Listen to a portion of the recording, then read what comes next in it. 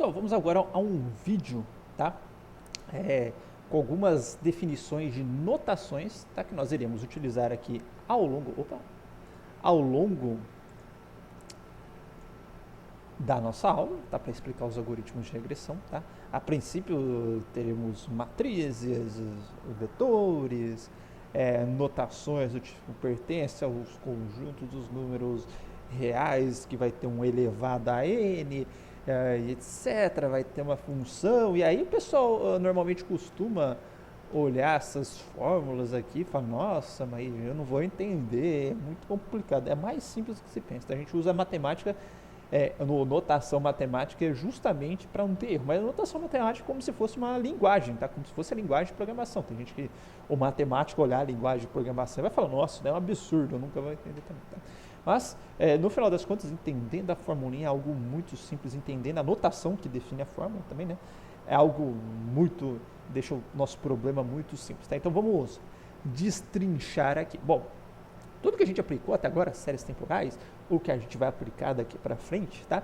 É tudo um sistema de apoio a tomar decisão que vai fazer uma análise em dados históricos, tá? Para a gente fazer esta previsão ou prever algum valor ou dar alguma resposta que suporte algum tipo de tomada de decisão, tá? Então, assim, sempre a gente está trabalhando com um conjunto de dados. Então, vamos começar por esse D aqui, tá? Eu vou colocando parte a parte aqui na nossa lousinha, eu vou me retirar aqui para não atrapalhar a minha lousa, tá?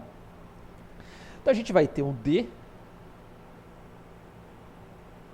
que ele representa a nossa base de dados, certo? Vou colocar aquele desenho da nossa base de dados que é típico. Uau, que base de dados bonita, tá? Bom, só que essa base de dados não é esse cilindro aqui que nós estamos vendo. A nossa base de dados, ela é composta por m observações e n mais 1 atributos. O que isso significa? Tá? Significa que eu vou ter uma tabela com m linhas e n mais uma colunas. E por que não n colunas? Eu já vou explicar o porquê, tá? Mas vamos lá então. Então eu vou ter aqui uma tabela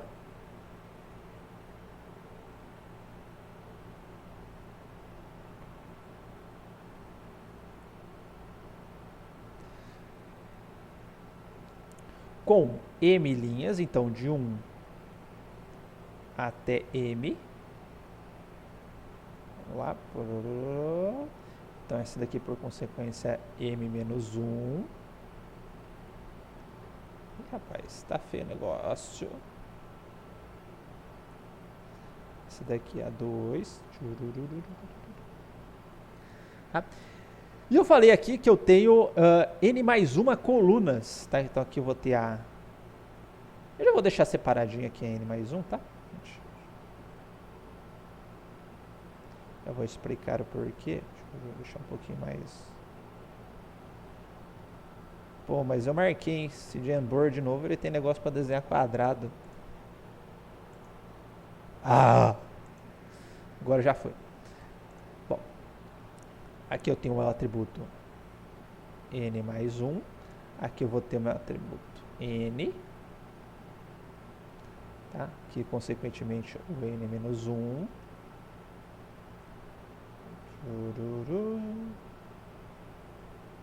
Tá? Aqui 1, 2 e assim por diante, certo?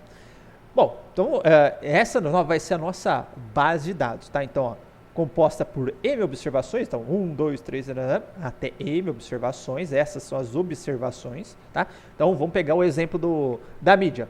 Aqui eu vou ter a primeira entrada do quanto que eu gastei com TV, rádio, internet, certo? Outra observação que eu fiz mais um investimento em propaganda. Eu fui lá e coletei essa informação. TV, rádio, internet. Enfim, né? As M observações, se eu gastei M vezes, né? Fiz M investimentos e coletei, vai estar tudo nessa basezinha. E aqui nas nossas colunas, tá? Vão ter os atributos que eu falei. Então, vamos supor que a coluna não é um gasto com TV. Então, para a primeira vez que eu gastei com TV, eu vou armazenar o valor aqui. Aqui é o gasto com rádio. Então, a primeira vez que eu armazenei gasto com rádio, está aqui. Ah, na segunda vez que eu gastei com rádio, então na minha segunda observação eu vou colocar o quanto que eu gastei com rádio aqui. Tá? E assim por diante, aqui vão ser os nossos demais atributos. Tá?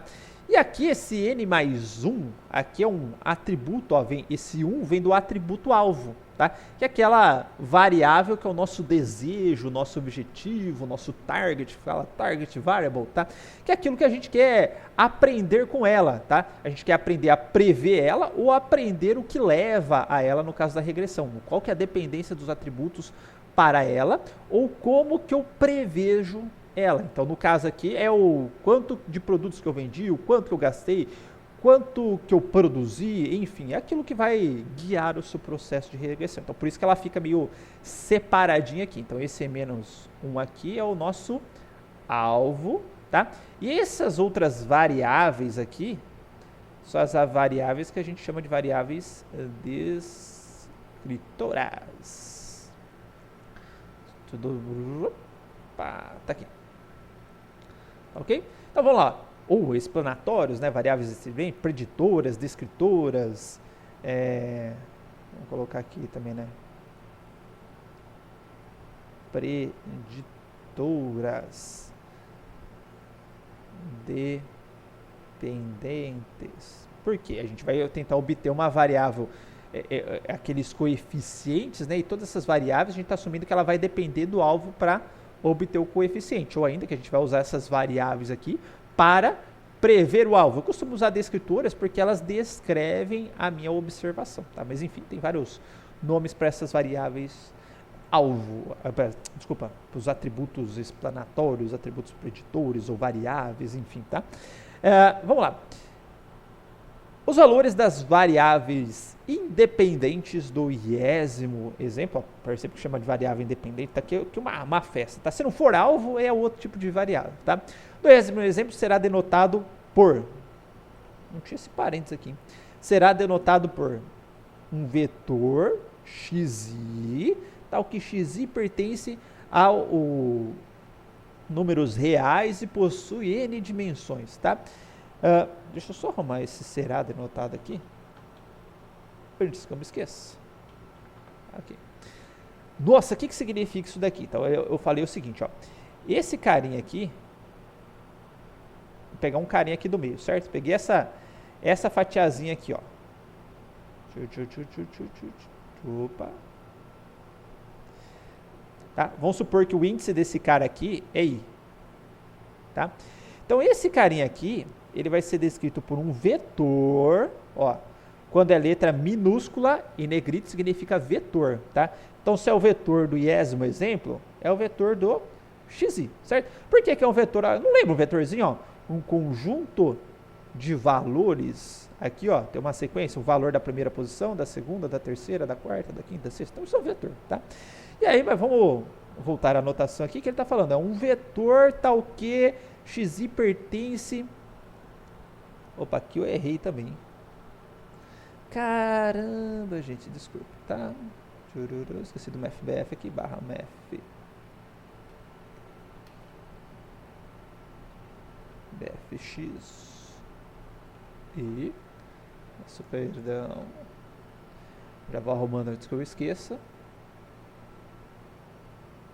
Agora tá bonitinho, tá? E aí, tá, entre parênteses, xi pertence a Rn, tá? O que significa isso, tá? Significa que, vamos voltar para o meu Jamboard, tá? Tá assim, ó, xi pertence a Rn. R é a notação dos números reais, ou seja, o valorzinho aqui dentro desses caras serão números reais, tá? E n é o número de dimensões. Esse cara não tem n dimensões, ó, 1, 2, 3, 4, até n. Então, ela é um vetor de n dimensões e que cada uma das dimensões pertence aos números reais. É só isso, essa notação, tudo bem? Então, o que a gente está falando? Que esses carinhas aqui tem que ser números reais para a gente conseguir fazer a predição. Ah, mas eu tenho um negócio lá que não é número real. Então, a gente transforma ele em número real tranquilamente. Por exemplo, tá? Se eu tenho lá, não vou ter esse tipo de atributo, escolaridade, tá? Tem um atributo na minha base de regressão que é escolaridade. Eu estou querendo prever qual que é o salário do cara, por exemplo, tá? Eu tenho lá escolaridade fundamental, médio, superior. Certo? Eu tenho os exemplinhos na minha base de dados. Ó. Eu tenho lá então meu x1, o meu x2, o meu x3, tenho vários outros atributos. Chegou aqui, eu tenho escolaridade. Bom, esse cara aqui é um atributo discreto, tá? O que significa atributo discreto? Eu tenho um conjunto finito de valores que descreve, para descrever este atributo. Por exemplo, escolaridade, pode ser um fundamental, médio, superior, eu acho que nenhuma. Enfim, se quiser colocar pós-doutorado, enfim, estou colocando só as basiconas aqui, tá? Só que isso não é um número real. Como é que eu tenho um W1 que vai multiplicar o fundamental aqui e me dar uma resposta? Daqui não existe, tá? Então a gente transforma esse cara em número. Como que eu transformo esse cara em número? Tá? Uma maneira mais simples possível, tá? Eu pego cada um dos valores dos atributos, ele vai virar um outro atributo. Então, como se eu tivesse assim, ó, escolaridade fundamental, escolaridade, acabou meu espaço aqui, média, tá? Enfim, teria escolaridade superior. E a hora que aparecer escolaridade fundamental, eu coloco 1 para o fundamental e 0 para as demais, tá? Médio, coloco 1 para o médio, 0 para as demais. Superior, 0, 0, supondo que eu tiver superior aqui, 1 para o superior aqui, tá? E eu transformo um atributo que é discreto em um atributo numérico, tudo bem? Então é bem simples a gente fazer a conversão. E a gente está especificando, para eu conseguir fazer essa regressão, eu tenho que ter esses valores aqui, eles têm que ser números, tá? Então, se não forem números de natureza, tá? A gente transforma-os em números, tudo bem? Existe uma outra possibilidade também de fazer essa transformação aqui, que é simplesmente, ó, se eu tenho um ranking aqui, esses atributos, eles são ordinais, ou seja, além de discretos, eles têm uma ordem, por exemplo, superior vem na frente do médio, vem na frente do fundamental, tá? Eu consigo transformar esse cara de maneira muito simples, tá? Pegando quantos valores eles têm, tá? Então, vamos supor que sejam só esses 3 valores. Então, a escolaridade tem 3 valores, tá? Eu defino um valor numérico para cada um deles. Então, qual que é o mais baixo? É fundamental. Então, 1 vira fundamental. 2 vira médio. 3 vira superior. Tá? E aí eu simplesmente pego o valor correspondente ao carinha aqui e divido pelo total. Então, vai ficar fundamental dividido... Opa, desculpa. Fundamental dividido... Desculpa, por 3, que é o número total. Ó, esse daqui é o total. Tá? Aí eu posso chegar aqui e vai ficar 1 dividido por 3, 0,33. O médio é 2 dividido por 3, fica 2 terços, 0,66. E o maior, que é o superior aqui, 3 dividido por 3, que fica 1. Ou seja, eu mantenho uma ordem numérica, vamos dizer assim. O cara que tem maior escolaridade vai ter um valor maior e assim por diante. Dá para fazer esse tipo de transformação também. Tudo bem? Bom, aí voltando à nossa formulação, que eu me empolguei aqui, tá? E o valor, ó, voltando, a gente definiu o vetorzinho, o valor do atributo alvo xi é denotado por yi. Ou seja, tá? Se esse daqui é o meu xi, vou colocar aqui, ó, x, e a cada vetorzinho xi, ó, um conjunto de valores, eu vou ter, ó, um y associado, ou seja, eu vou ter o valor do alvo, tá? Então, se eu fui lá, vamos supor, pegar o nosso caso, o gasto com propaganda. Gastei com rádio, TV, internet, panfleto, jornal e etc. Quanto que foi o meu lucro? O lucro vai estar associado aqui, vai estar. Então, o xi descreveu os gastos, tá? E o yi vai ser aquilo que eu obtive com os gastos. Vai ser o valor do atributo alvo para aquele exemplo. Tudo bem? Opa. Estou com 2 aulas 5 abertas aqui, deixa eu fechar uma. Ok? Bom, além disso, tá? Aqui tem um exemplinho de uma base, né, em que o preço é o atributo alvo e aqui é o tamanho da casa, igual aqueles exemplos que a gente tinha feito aqui anteriormente. Tá? Então, quando, tá, o modo de x, ou seja, o número de atributos de x, tá, for igual a 1, tá, a nossa regressão, tá, é chamada de univariada, tá? Ou regressão simples. Eu tenho um único atributo preditor, tá? E um único atributo alvo, ok? Caso a gente tenha mais de um atributo preditor, então aqui eu tenho um gasto com TV, gasto com rádio, aumento da venda, tá? Então eu tenho 2 atributos descritores para um atributo alvo, obviamente, tá? Então nesse caso aqui a nossa regressão é chamada de regressão multivariada, tá, ok? Então univariada ou simples ou multivariada, tá? A gente vai ver as duas, tá? E vale ressaltar também que da forma como a gente separou o nosso conjunto de dados, tá? Isso é muito comum, inclusive nas ferramentas, tá? Esse conjuntinho aqui das variáveis aqui preditoras, tá? Tá vendo que forma uma matriz por si só, né? Com m linhas e n colunas, tá? Então isso daqui é denotado, né, por um xão, tá? Que é m linhas por n colunas. E perceba que a nossa variável alvo aqui é como se fosse um vetorzão, tá certo? Ó, é uma, vamos dizer assim, uma das dimensões, se fosse uma matriz, seria 1, né?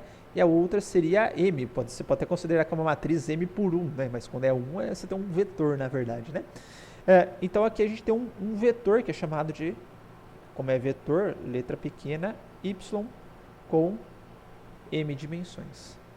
Tá? Então é isso que está falando os nossos slides. Tudo bem?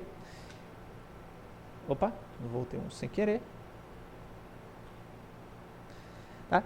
E aí, o que a gente vai tentar obter? Tá? Então, um modelo de regressão, a gente vai tentar obter uma função f, tá? E aí está fazendo esse mapeamento, aí mais uma vez o pessoal assusta. Nossa, que mapeamento estranho é esse? Não, eu estou pegando um espaço de n dimensões, ou uma entrada com n dimensões, ou seja, estou pegando uma entrada com n dimensões, como se fosse um exemplo do meu conjunto de dados, ou se eu quero prever ou não, enfim, né? Então, sempre que eu for prever, eu vou ter que utilizar o mesmo número de entradas, vamos dizer assim, do meu exemplo. Falar, agora eu quero prever qual que vai ser o meu gasto, qual que vai ser o meu lucro obtido. Ora, se você obteve um modelo de regressão informando gasto com TV e gasto de rádio, você quer saber qual que vai ser o seu aumento nas vendas, novamente você vai ter que informar gasto de TV e gasto com rádio, tá? Então, o seu N aqui seria 2, né? Então, de R2, ou seja, um espaço com 2 dimensões, ou seja, com 2 valores de 2 variáveis, eu vou responder com uma única dimensão, com um único valor. Ou seja, dado que eu tenho essas 2 entradas, eu vou responder com o aumento das vendas, certo? Então, eu vou responder com um único valor. Dado que eu tenho o tamanho da casa, eu vou responder com preço, vou responder com um único valor, tá? Então é isso que essa função de RN, right arrow aqui, setinha para a direita, R significa, vou entrar com espaço com N valores e vou responder com um valor, tá? E a gente, novamente, assim como a gente fez nas séries temporais, a gente vai tentar obter esse F aqui. Obviamente que esse F pode ser obtido, inclusive, que aleatoriamente, né? Eu posso chutar vários valores aí dentro de uma função, ou uma função que simplesmente gera um random, e etc. Enfim, esse F pode ser obtido de várias maneiras, mas, tá? A gente vai tentar obter esse F de forma que, dada as variáveis de entrada, tá? Ou seja, dado esses 2 valores, eu consiga responder com esse. Dado esses 2 valores, eu consiga responder com esse.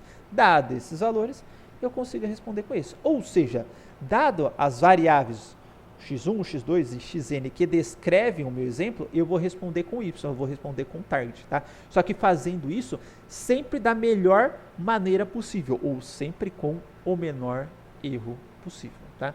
Então, é isso que a gente vai tentar obter, né? Então, identificar a função f, tá? Que vai ser, basicamente, né? A gente vai escolher uma classe de algoritmos e tentar escolher dentro daquela classe de algoritmos qual que é o melhor modelo possível, tá? Ou seja, qual que é o que dá o menor erro, tá? Qual que vai me acertar melhor as predições, tá? Que ele chama de capacidade de generalização, tá? Bom, Então, basicamente, né, como que a gente vai tentar obter? Ó, supondo que a gente tenha, pensando num caso de regressão linear simples, né, univariada, a gente vai tentar obter um modelo, tá, que em geral, ó, seja o mais próximo possível de todos os exemplos da base de dados, que ele chama de minimizar o erro residual, que é a diferença entre o valor predito por um modelo e o valor real do modelo. Tá? O que é essa diferença? Então, por exemplo, ó, supondo que esse seja o meu modelo que eu obtive. Aí fala, pô, quero classificar um novo exemplo, quero classificar esse carinha aqui, um exemplo com esse valor. Tá?